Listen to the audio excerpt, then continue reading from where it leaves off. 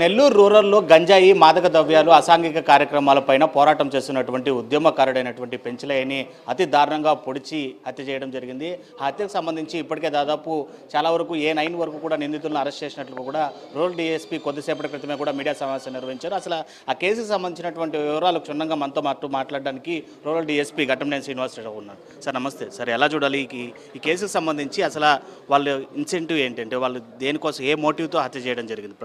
ఫస్ట్గా బేసిక్గా ఈ ఆర్డిటీ కాలనీ అనేది మైగ్రెంట్స్ కాలనీ. గతంలో వేరు వేరు ప్రాంతాల్లో ఉన్న వ్యక్తులందరినీ, అలానే బోడిగాడ్ తోట అని చెప్పి నెల్లూరులో ఒక స్లమ్ ఏరియా ఉండేది, వాళ్ళందరినీ గతంలో ప్రభుత్వం అక్కడ ఒక కాలనీ ఏర్పాటు చేసి కాలనీలోకి వాళ్ళందరికీ కావాల్సిన ఇన్ఫ్రాస్ట్రక్చర్ పెట్టి మంచి జీవితాన్ని అందించాలనే సదుద్దేశంతో ఒక కాలనీ ఏర్పాటు చేయడం జరిగింది. ఆ కాలనీ వాసులు గతంలో ఈ బోడిగాడ్ తోటలో క్రైమ్స్కి అలవాటు పడిన నేర ప్రవృత్తి గల వ్యక్తులు కొంతమంది ఉన్నారు. వాళ్ళందరూ ఈ కాలనీలో మైగ్రేట్ అయితే మళ్ళీ అక్కడ ఎన్విరాన్మెంటు ఇబ్బంది అవుతుందనే ఉద్దేశంతో ఈ పెంచలయ్య, ఈయన యాక్చువల్గా బేసిక్గా కమ్యూనిస్ట్ బ్యాక్గ్రౌండ్ ఉన్న వ్యక్తి, ఆయన కావచ్చు, ఆయన కొంతమంది కావచ్చు, వీళ్ళందరూ కలిసి ఆ కాలనీలో ఒక కమిటీగా ఏర్పడి ఎటువంటి అసాంఘిక శక్తులు కానీ, ఈ కాలనీలో దుర్వ్యసనాలకు పాల్పడేవాళ్ళు కానీ, అలానే రకరకాల శాంతి భద్రతలకు భంగం కలిగే వ్యక్తులు ఎవరు కూడా గతంలో అక్కడ క్రిమినల్ చరిత్ర ఉన్నవాళ్ళు కూడా ఇక్కడికి వస్తే అదే నేర ప్రవృత్తితో ఈ కాలనీ పాడైపోద్దనే ఉద్దేశంతో వాళ్ళని ప్రివెంట్ చేస్తూ వచ్చారు. కామాక్షి అనే ఒక లేడీ, వాళ్ళ బ్రదర్స్కి కూడా అక్కడ ప్రభుత్వం ఇల్లు ఇచ్చింది. తిరిగి వాళ్ళందరూ అక్కడికి వస్తే అదే నేర ప్రవృత్తితో ఇక్కడ వ్యక్తులందరూ మళ్ళీ యూత్ పాడైపోతారనే ఉద్దేశంతో ఈ కాలనీ వాసులు కమిటీగా ఏర్పడిన వ్యక్తులు వాళ్ళని ప్రివెంట్ చేశారు, రానియకుండా అడ్డుకున్నారు. ప్రభుత్వం మాకు ఇచ్చిన ఇళ్ళని మీరెవరో రానియకుండా ఉండడానికనే దాని మీద వ్యక్తిగత కక్షలుగా మారిపోయినాయి. దానివల్ల గొడవలు చిన్న పెట్టి ఇష్యూస్ జరుగుతూ ఉన్నాయి. దానిలో భాగంగా వ్యక్తిగత కక్షల దాకా వెళ్ళి అక్కడ ఒక టెంపుల్ డెవలప్మెంట్ విషయంలో కామాక్షికి, ఈ పెంచలయ్య ఆయన వర్గానికి ఇష్యూస్ జరిగినాయి. దాని గురించి ఈ పెంచలయ్య అడ్డుకుంటున్నాడనే ఉద్దేశంతో, మమ్మల్ని రానియకుండా చూస్తున్నాడనే ఉద్దేశంతో కామాక్షి వాళ్ళ బ్రదర్స్ని పంపించి 28వ తారీఖు సాయంత్రం కాపు కాసి ఆయన స్కూటీ మీద పోతున్న పెంచలయ్యని ఢీకొని వెనక నుంచి డాష్ ఇచ్చారు. దాని కింద పడిన వ్యక్తిని చంపేశారు. ఈ క్రైమ్లో ఎంతమంది ఇన్వాల్వ్ అయ్యారు? ప్రస్తుతానికి మనం ఎంతమందిని అరెస్ట్ చేయడం జరిగింది? 14 మంది ఇన్వాల్వ్ అయ్యారండి అకార్డింగ్ టు FIR. తర్వాత ఇన్వెస్టిగేషన్లో కూడా దీంట్లో మనం 7 పీపుల్ని ఈరోజు అరెస్ట్ చేసాం, 7 అక్యూజ్డ్ని. దీంట్లో కామాక్షి రాత్రి వాళ్ళ 2 టౌన్ పోలీస్ స్టేషన్ నివాసం, అక్కడ గాంజా కేసులో ఆవిడ దగ్గర అదుపులో తీసుకొని రిమాండ్ పంపించినారు.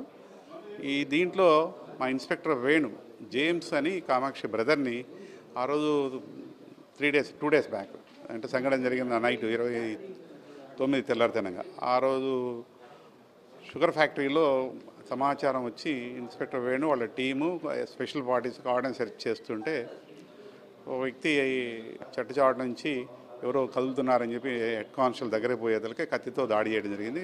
ఆయన గాయపడితే ఎంబడే ఇన్స్పెక్టర్ వేణు ప్రొటెక్ట్ చేయడానికి ఆత్మరక్షణార్థం గాల్లో కాల్పులు జరిపినా కూడా అతను తిరిగి మళ్ళీ హెడ్ కానిస్టేబుల్ మీద దాడి చేశాడు.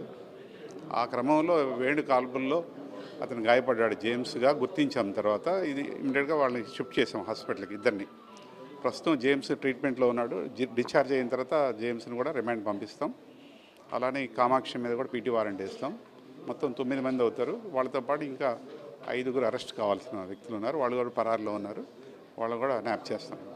ప్రత్యేకించి కామాక్షి గతంలోనే నేర చరిత్ర ఉంది, గంజాయి అమ్మకాల్లో కూడా ఇన్వాల్వ్ అయిందని మీరే చెప్తున్నటువంటి పరిస్థితి. సో ప్రివెంటివ్గా ప్రతిసారి అంటే అనుమానం ఉన్నప్పుడల్లా వాళ్ళ ఇంటికి ఎందుకు సోదాలు నిర్వహించలేకపోయారు? అలా కనుక నిర్వహించి ఉంటే ఈ గంజాయి ముందే పట్టుబడి ఈ హత్యను కూడా అరికట్టేటువంటి పరిస్థితులు ఉండేవి కదా? లేదండి, ఇప్పుడు ఈ కేసులో ఉన్న వాళ్ళలో కొంతమంది మీద సస్పెక్ట్ షీట్స్ 2 టౌన్ పోలీస్ స్టేషన్లో, 3 టౌన్ పోలీస్ స్టేషన్లో ఉన్నాయి టౌన్లో. నిరంతరం మాకు SP గారు ఆదివారం నాడు వారంలో ఒకరోజు ప్రతి సస్పెక్ట్స్ కావచ్చు, రౌడీస్ యాక్టివ్గా ఉన్నవాళ్ళు వాళ్ళందరినీ కూడా పోలీస్ స్టేషన్కి పిలిపించి నేర ప్రవృత్తికి పాల్పడద్దు, సొసైటీలో లా అండ్ ఆర్డర్ ఇష్యూస్లో ఇన్వాల్వ్ కావద్దు అని మేము కౌన్సిలింగ్ చేసి పంపిస్తున్నాం.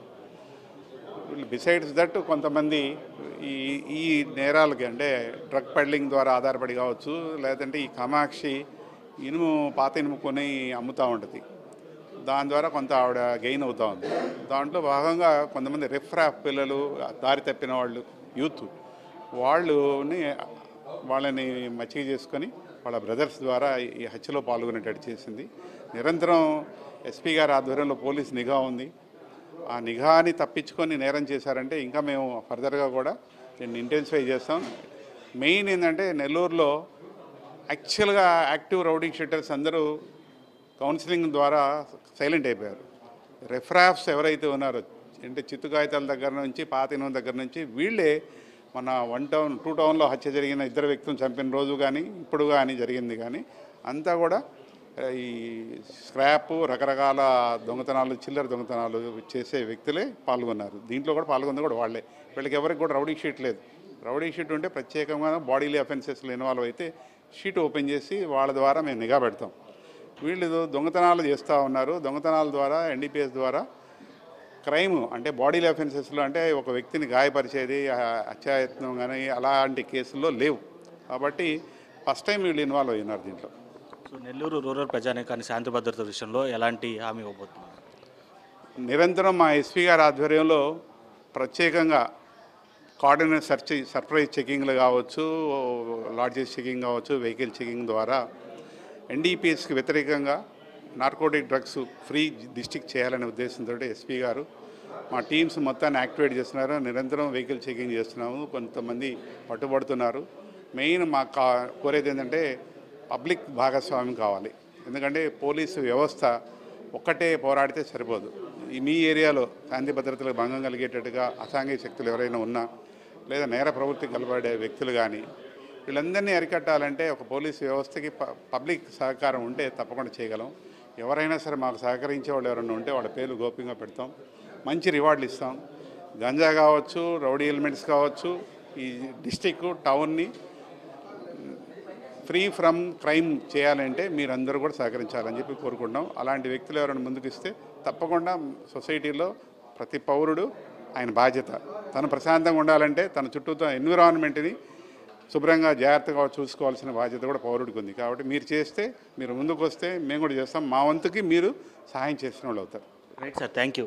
అది ఉద్యమకారుడు పెంచలయ్య హత్యకు సంబంధించినటువంటి కుట్రదారులు కావచ్చు, నిందితులు కావచ్చు, కేవలం 2 గంటలు కొన్ని గంటల వ్యవధిలోనే గుర్తించడం జరిగింది. అదేవిధంగా 2 రోజులకే దాదాపు 9 మంది నిందితులను కూడా అరెస్ట్ చూపడం జరిగింది. సో ఇలాంటి క్రైమ్ సీన్స్ తిరిగి రిపీట్ కాకుండా నెల్లూరు రూరల్ ఏరియాలో కావచ్చు, జిల్లా వ్యాప్తంగా కూడా పటిష్టమైనటువంటి చర్యలు ఎస్పీ ఆధ్వర్యంలో తీసుకొని ఉన్నాం. కార్డన్ సర్చ్లు నిర్వహించబోతున్నాం. గంజాయి వగేరా వంటి క్రైమ్ లాంటివి ఎక్కడైనా కూడా చూసినటువంటి సామాన్య ప్రజలు కూడా తమకు ఇన్ఫర్మేషన్ ఇస్తే కనుక వాళ్ళ ఒకటి వివరాలను కూడా గోప్యంగా ఉంచి సమాజానికి ఉపయోగపడే విధంగా రైట్ చేసి వాళ్ళందరినీ కూడా అరికట్టేటువంటి పరిస్థితి అయితే ఉంటుందని చెప్పి కూడా రూరల్ డీఎస్పీ ఘట్టమనేని శ్రీనివాసరావు చెప్తున్నటువంటి పరిస్థితి. వీడియో జర్నలిస్ట్ భద్రత లోకేష్, సాక్షి టీవీ, నెల్లూరు.